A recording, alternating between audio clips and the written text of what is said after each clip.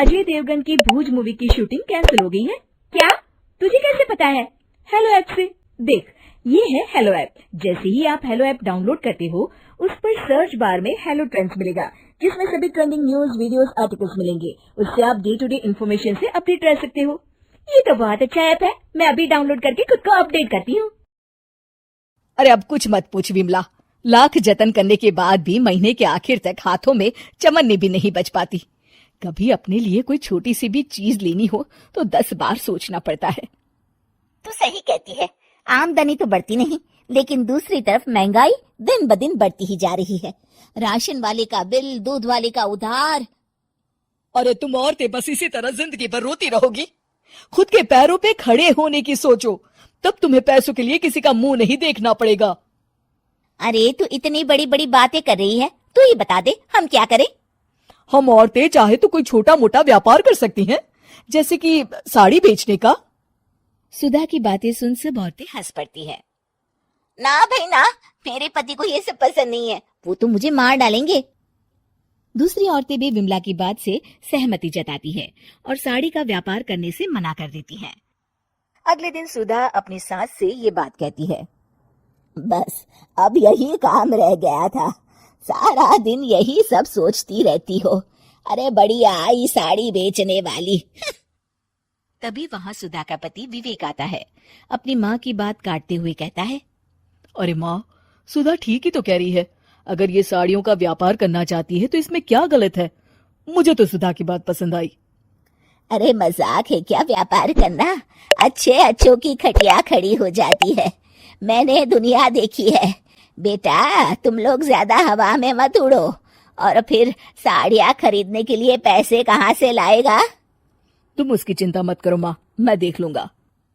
अगले दिन विवेक अपने एक दोस्त से कुछ पैसे उधार लेकर साड़ी के कारखाने से बहुत सारी साड़ियाँ खरीद लाता है। ये लो सुधा, तुम्हारा ऑनलाइन अकाउंट बन गया है। अब लोग घर बैठे तुमसे साड़ियाँ खरीद सकते हैं। ये तो बहुत अच्छी बात है। हाँ, और इतना ही नहीं, मैंने इसमें सभी नई डिजाइन की साड़ियों की फोटो भी अपलोड कर दी है। अब बस तुम देखती जाओ। कुछ दिनों के बाद। नमस्ते, मुझे सुधा जी से मिलना है। ओहो, तू कौन है और मेरी बहू से तुझे क्या काम है? माँ जी, मैं सुधा जी से साड़ियाँ खरीदने आया हूँ। अरे बड़ा बेवकूफ है तू, इतना बड़ा मीना बाजार छोड़कर यहाँ साड़ी खरीदने आया है। तेरा ऊपर का कोई पेच ढीला है क्या? अरे माँ जी, आप नहीं जानती, आजकल ऑनलाइन का जमाना है, समय और पैसे दोनों की बचत होती है। तभी वहाँ सुधा आ जाती है।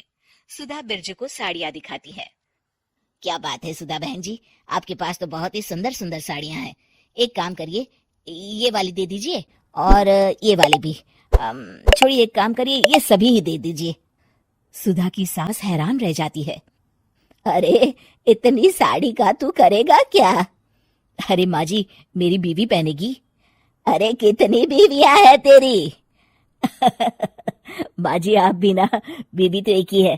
पहले तो मैं 2-4 साड़ियाँ लेने आया था, लेकिन अब पूरी 20 साड़ियाँ ले जा रहा हूँ। ये लीजिए सुधा बहन जी, आपके पैसे, चलता हूँ। धीरे धीरे सुधा के द्वारा घर में खोली गई छोटी सी दुकान चल पड़ती है और देखते ही देखते सुधा के घर ग्राहकों की लाइन लग जाती है। पैसों की आमदनी देख सुधा की सास की आंखें फटी की फटी रह जाती है। जा बहू, अब तू थोड़ा आराम कर ले, इन लोगों को मैं साड़ियाँ दिखा देती हूँ। माँ जी आप? अरे हाँ हाँ, अब जा भी। इस तरह सुधा की सास भी उसके कारोबार में हाथ बटाने लगती है। देखो सुधा, तुम्हारा व्यापार तो चल पड़ा। पिछले कुछ महीनों में इतनी कमाई हुई है कि तुम्हें यकीन नहीं होगा। सच?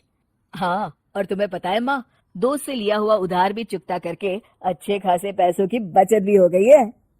सुधा की सास अपनी बहू और बेटी की कामयाबी पर बड़ा खुश होती है।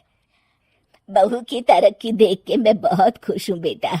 तूने साबित कर दिया कि अगर पति का सपोर्ट मिले तो पत्नी कुछ भी कर सकती है। जी माँ जी, आपने बिल्कुल सही कहा।